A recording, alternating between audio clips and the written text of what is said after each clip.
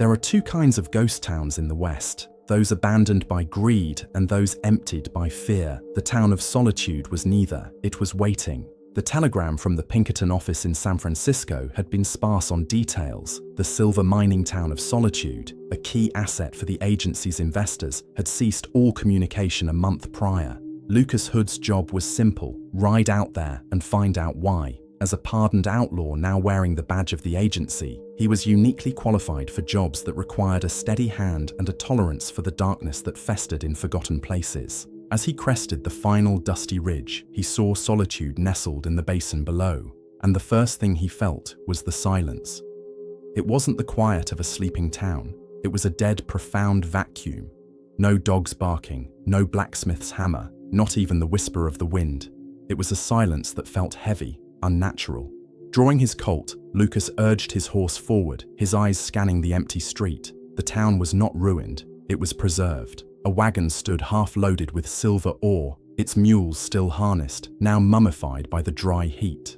In the saloon, glasses half full of whiskey sat on the bar, covered in a thick layer of dust. Everything was a snapshot of a moment that had been abruptly frozen in time. In the center of the main street, directly in front of the entrance to the Solitude silver mine, stood the first totem. It was a grotesque sculpture, a thing of ritual madness. Mining picks and shovels were twisted into impossible angles, bound together with animal sinew and bone. Woven through the structure were veins of raw, untarnished silver that pulsed with a faint, sickly light in the oppressive sun.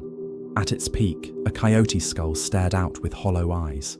It was a declaration, a warning. Lucas Hood had seen the worst of what men could do to each other, but this was different. This was not the work of human hands. He spent hours sweeping the town, building by building. Each was the same, a scene of mundane life, violently interrupted by an absence. In the small church at the edge of town, he found what he was looking for. Lying open on the pulpit was the pastor's diary. Lucas lit a lantern as the sun began to set, casting long dancing shadows, and began to read. The early entries were mundane, full of prayers and complaints about the silver fever corrupting the townsfolk. Then, the tone changed. The pastor wrote of a discovery deep in the mine, a new cavern where the silver was strangely warm to the touch. He wrote of miners emerging from their shifts changed, quiet and watchful, their eyes holding a new dark light. He called it a sickness of the soul. The last entry was a panicked scrawl. It is a shadow, a hungry shadow awakened by our greed. It does not kill, it empties. It wears the faces of our friends and whispers with their voices. John was the first to be taken. He stood in the street, staring at the mine, and then he simply hollowed out. A vessel, I saw it in his eyes, the same emptiness I saw in the eyes of the boy from Laredo. Lucas's blood ran cold. He dropped the diary, its pages scattering in the dust. Laredo, he knew that name. He knew the hollow look in a dying boy's eyes. It was a ghost from a past he thought he'd buried long before the Pinkertons gave him a new name. How could this pastor, in this forgotten town, know the one secret that still haunted his nights? The silence of Solitude suddenly felt personal. It wasn't just a town he had to investigate. It was a reckoning he had ridden into. The name Laredo echoed in the silent church, a ghost summoned from Lucas Hood's own private hell. For a moment, the dry Nevada heat felt like a deathly chill. The pastor's diary wasn't just a record of a town's demise. It was a mirror reflecting a piece of a soul Lucas thought he had buried years ago. He needed a defensible position, a place to think, a place to anchor himself in a reality that was rapidly starting to fray at the edges. He chose the town's only hotel, the Solitude Grand, its name a cruel joke. He picked a second-floor room with a clear view of the main street and the grotesque totem that stood sentinel before the mine. The room was layered in dust, a time capsule of someone's last day. As he swept the room for threats, the heel of his boot caught on a loose floorboard near the bed. Years of instincts, honed in places far less honest than this, screamed at him. He pried it open with his Bowie knife. Beneath it lay a small, oilskin-wrapped package. Inside was a tarnished Pinkerton badge and an identification card for an Agent Caleb Thorne, and tucked beneath them, several brittle, yellowed pages torn from a diary. Lucas's blood ran cold as he read the familiar spidery handwriting. Arrived in Solitude. The silence is the first thing you notice. A dead, unnatural vacuum. The town is preserved, like a photograph of a nightmare. Found a grotesque totem in the main street, made of tools and bone and silver that seems to bleed light. This was not made by human hands. Lucas stared at the words. It was as if he were reading his own thoughts, a summary of his own arrival written by a ghost who had walked this same path before him. He needed air. The claustrophobia of the hotel room was suddenly unbearable. As he stood, a sudden gust of wind rattled the window pane, though the air outside was perfectly still. On the wind, a faint, dry whisper seemed to slither into the room. It sounded like a child. "Laredo!" Lucas spun around, his Colt in his hand, the hammer cocked. The room was empty. The street outside was empty. It was his mind, he told himself. The heat, the silence, the diary. It was all getting to him. He needed to map the town, to impose logic on a place that seemed intent on defying it. He started with the perimeter, which led him inevitably to the town's small, windswept cemetery. Old, weathered headstones marked the graves of Solitude's founders, but at the back of the plot, near a crumbling stone wall, was a row of crude, unmarked wooden crosses. They looked more recent. Something glinted in the dirt near the base of one. Lucas knelt, brushing away the dust. It was a brass belt buckle, tarnished but unmistakable. The eagle and eye of the Pinkerton National Detective Agency. His blood turned to ice. He worked for hours under the merciless moon, the scraping of his shovel, the only sound in the dead world. He found the coffin, its cheap pine splintered. Inside were the skeletal remains of a man, his clothes decayed but still recognizable as the attire of an agent. And resting on his hip, nestled in a rotted leather holster, was a Colt Peacemaker with a custom ivory grip. It was identical to the one Lucas now held in his own trembling hand. He stumbled back from the open grave, his mind a whirlwind of impossible conclusions. This wasn't the first agent sent here. This was a graveyard of failures. How many more were there? Was the diary his? Was Caleb Thorne buried under this cross? The whispers returned, louder this time, seeming to come from the shadows cast by the headstones. The voice of the boy from Laredo mocking him. "You're a ghost too, you just don't know it yet." He needed a drink, a real one. He stalked back to the saloon, the open grave and the identical gun burning in his mind. He found an unopened bottle of whiskey behind the bar, the glass surprisingly clean. He poured a generous amount into a dusty glass, the amber liquid a small comfort against the encroaching madness. He sat at a poker table, the cards of a long-dead player still fanned out on the dusty felt. He placed his Colt on the table and drank, trying to force the pieces together. The diary, the grave, the whispers. That's when he heard it. A faint, dry scrape. The sound of wood dragging on wood. He looked up slowly. Across the room, one of the petrified miners who sat slumped over a table had moved. It wasn't a slump anymore. The figure was now sitting upright, its head slowly, creakily, turning in his direction. Its obsidian-like face was a mask of frozen terror, but its eyes, two dark pits, were fixed on him. It didn't speak. It didn't attack. It just watched, a hollowed-out vessel animated by the malevolent will of the shadow that owned this town. Lucas Hood, the pardoned outlaw, the man who had faced down lynch mobs and survived a dozen gunfights, felt a kind of fear he had never known. It was not the fear of dying, it was the fear of being erased. He realized he wasn't investigating a ghost town, he was trapped in a cage, and the zookeeper was finally starting to play with its new pet. The sun rose, painting the dusty street in hues of orange and blood. Lucas Hood hadn't slept.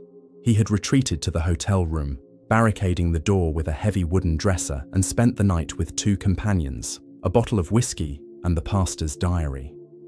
The fear from the saloon had solidified into a cold, hard resolve. He was no longer just an investigator. He was a prisoner in a cage, and the only way out was to understand the nature of the bars. He read the diary from cover to cover, his lantern casting a flickering glow on the panicked scrawl. The pastor's descent into madness was a chilling roadmap. He wrote about the entity, which he called the Argent Maw, the Silver Mouth. He theorized it was a demon, an ancient thing bound to the silver vein, awakened by the miner's greed. It fed not on flesh, but on identity, on the soul, leaving behind the hollow, petrified shells. And the totems, the pastor believed, were not just markers.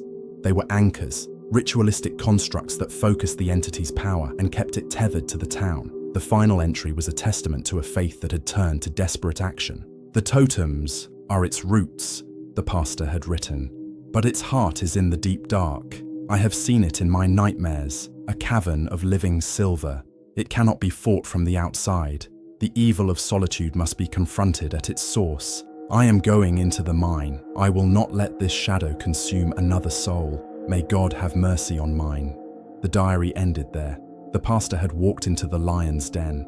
Lucas now knew he had to do the same. He spent the morning gathering supplies. He took extra lanterns and oil from the general store. From the assay office, he took 3 sticks of dynamite, not knowing if they would work against a shadow, but the raw power was a comfort in his hands. He stood at the entrance to the Solitude silver mine, the grotesque totem mocking him. The air that drifted out of the mine's dark maw was not cool, as it should have been. It was warm, and it carried a faint metallic smell, like ozone after a lightning strike. The descent was a journey into the belly of the earth. The whispers started almost immediately, faint echoes in the dark, the voice of the boy from Laredo hissing his name. The silver veins in the rock walls seemed to glow with their own internal light, pulsing in a slow, rhythmic beat that matched the pounding in his own chest. He passed abandoned mining carts and discarded tools, everything coated in the same fine red dust he'd found in the church. Deeper down, the whispers grew more numerous, a chorus of tormented voices. He heard the miners, the women, the children of solitude, all speaking in fragmented, overlapping sentences of their last, terrified moments. He found the pastor's body 100 yards in, slumped against a collapsed tunnel, his lantern extinguished at his feet. His body was petrified like the others, his face a mask of eternal shock. Lucas pushed forward, crawling through the collapsed section until he emerged into a space that defied all geology. He was in a massive cavern. The walls were not rock, but a solid, undulating mass of living silver that pulsed with a soft, milky light. It was the heart of the entity, and in the center stood the congregation, dozens of petrified townspeople, men, women, and children, all standing in perfect concentric circles around a massive central totem made of pure, twisted silver. Their hollow eyes were all fixed on the totem. Lucas saw the figures of other men in the worn clothes of Pinkerton agents, scattered amongst the townsfolk. He saw the man from the grave and the man from the hotel room, Caleb Thorne. They were all part of the collection. As Lucas stepped into the cavern, the whispers stopped. A single voice, a chorus of every soul the entity had consumed, spoke in his mind. It was a sound of 1,000 voices speaking as one, yet he could distinguish each one: the pastor, the miners, Caleb Thorne, and the boy from Laredo. "The detective," the voice echoed, a sound of dry leaves and cracking bone. "Another one arrives. So confident, so broken. You all come here to solve the puzzle. You read the diaries. You find the graves. You think you are the hero who will finally break the chain." Lucas raised his Colt, the barrel shaking slightly as he aimed it at the central totem. "What are you?" he demanded, his voice hoarse. "We are solitude," the chorus replied. "We are the hunger that silver awakens. We are the silence that follows the scream. We are the memory of every soul that has come here seeking fortune, and instead found us." A petrified agent near the front of the congregation, Caleb Thorne, slowly raised its arm and pointed a stony finger at Lucas. "You seek to understand the end of the story," the voice continued, a hint of something like amusement in its tone. "But you still do not understand the beginning. You are not here to investigate a tragedy. You are here to complete it. You are not the first. You will not be the last. You are not here to destroy us, Lucas Hood. You are here to become us." Lucas stared into the pulsating heart of the silver cavern, surrounded by the silent, watching congregation of the dead. The truth of the time loop, of the endless cycle of failure, crashed down on him.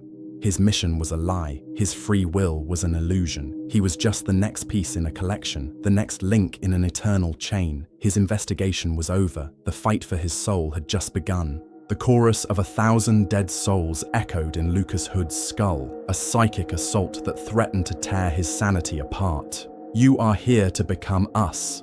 For a man who had built his life on action and violence, the psychological horror of that promise was a new kind of hell. But defiance was etched into his very being. "Like hell I am," he snarled, the words feeling small and useless in the vast breathing cavern. He raised his Colt, the ivory grip slick with sweat, and fired. 1, 2, 6 shots, aimed directly at the pulsating silver totem in the heart of the congregation. The bullets, which had ended the lives of more than a dozen men, whined as they ricocheted off the living metal, embedding themselves harmlessly in the cavern walls. The entity laughed, a sound of grinding rock and dry whispers. Your rage is a firefly in a hurricane. Your weapons are children's toys. We are eternal. Lucas threw the empty revolver aside and reached for the dynamite. It was a desperate, foolish plan, but it was a plan. He lit the fuse with a trembling hand and hurled a stick toward the central totem. The resulting explosion was deafening. Rock and dust rained from the ceiling, and a section of the cavern wall collapsed. But when the air cleared, the silver heart of the mine was untouched, its milky light pulsing calmly amidst the debris. The petrified figures hadn't even swayed. He was trapped. Physical force was useless. He slumped against a rock, the dust settling around him, the whispers returning to mock him. He was just another link in the chain, another fool sent to die. He thought of the other agents, Caleb Thorne and the man in the grave.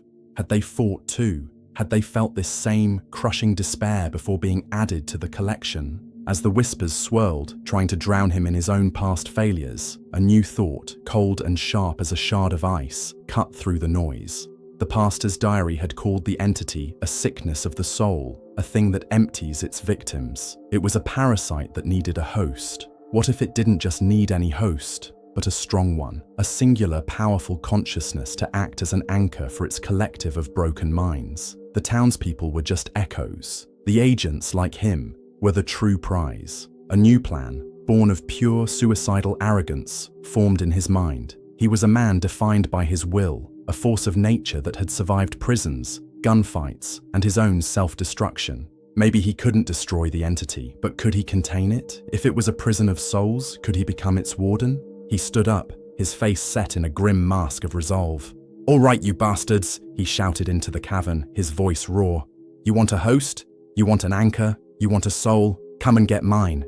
He walked towards the central totem, his arms outstretched. It was the ultimate gamble. He would invite the storm in, betting that the walls of his own mind, fortified by a lifetime of violence and sin, were strong enough to hold it. For a moment, nothing happened. Then, the pulsating light of the cavern intensified, and the shadow rushed towards him. It felt like drowning in a river of ice and memory. His mind was flooded. He saw the last moments of every soul in solitude. He felt the terror of the pastor, the agony of the miners, the despair of Caleb Thorne. The voice of the boy from Laredo screamed at him, no longer a whisper, but a deafening roar. The entity was trying to shatter him with the weight of its collection. But Lucas Hood fought back. He used his own darkness as a shield. He pushed back with the memory of every punch he'd ever thrown, every lie he'd ever told, every life he'd ever broken. He was a fortress of sin, and for a terrifying, glorious moment, he was winning. The chorus of voices quieted. The pulsating light in the cavern began to dim. He could feel the 1,000 consciousnesses of the entity receding, being forced back into a dark corner of his own mind. He had done it. He was containing it. He was the warden. And then, the entity showed him one final memory. It was not of a victim. It was from the entity itself. He saw a man, rugged and desperate, standing where he now stood, in a cavern of living silver.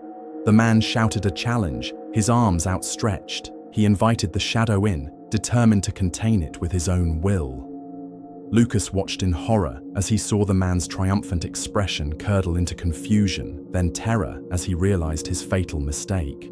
He was watching the last moments of the first Pinkerton agent, the one who had become the core of the entity he had just absorbed. He suddenly understood. This was not a unique act of heroic sacrifice. It was the final, crucial step of the loop. The entity didn't just take hosts, it tricked them into becoming it. The sacrifice wasn't a way to break the cycle, it was the mechanism that renewed it. "Welcome home," the chorus whispered, but now it was coming from inside his own head. Lucas Hood's consciousness, the very thing he had used as a weapon, dissolved like salt in water. His memories, his sins, his name, all became just one more voice in the choir. His last coherent thought was not of Laredo, but of a dusty road, a setting sun, and the quiet satisfaction of a job well done. It was a memory that belonged to no one and everyone. Months later, a lone rider crested the ridge overlooking the basin. He was a rugged man with a haunted look in his eyes, a Pinkerton badge on his coat. He looked down at the town, unnaturally silent in the Nevada sun. The telegram in his hand was sparse on details. The silver mining town of Solitude had gone silent. His job was simple: ride out there and find out why. He spurred his horse forward, a man named Silas Kane, riding into a reckoning he did not yet understand was his own.